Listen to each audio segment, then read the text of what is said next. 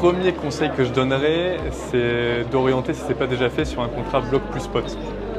En gros, ça vous permet d'avoir une offre compétitive et de ne pas forcément payer des primes de risque pour une flexibilité dont vous n'avez pas forcément besoin. Je peux prendre des blocs qui collent ma consommation et donc je réduis complètement mon risque au spot. On est encore dans un contexte de forte volatilité et donc les primes de risque sont élevées. Donc le message, c'est si vous n'avez pas forcément besoin de flexibilité, n'en payez pas. Le marché cote 2024, 2025, 2026 et je pense qu'il ne faut pas forcément se limiter à ça.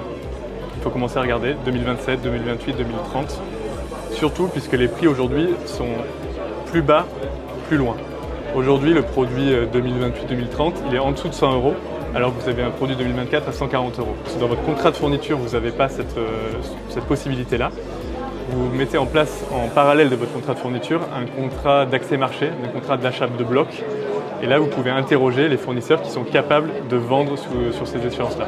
Axpo, en tout cas, c'est le cas. On est capable de vendre 27, 28, 29, 30.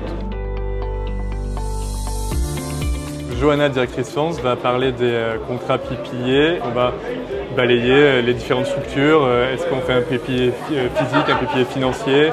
Est-ce qu'on fait un contrat de fourniture et un PPA dans le même contrat? Ou est-ce qu'on sépare les sujets? Voilà, c'est autant de problématiques qu'on abordera dans cette business session.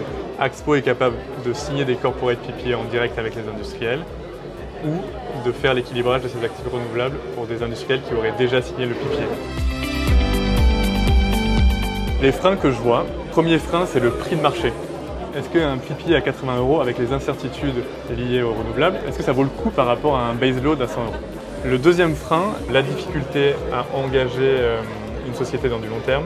C'est pour ça, sur ce sujet-là, on a quelques clients qui nous demandent de mettre en place des PPA plus court terme. Troisième frein, c'est vrai, et on essaie de les accompagner, c'est les personnes qui ont déjà contractualisé leur PPA et qui cherchent finalement quelqu'un pour l'intégrer à son contrat de fourniture.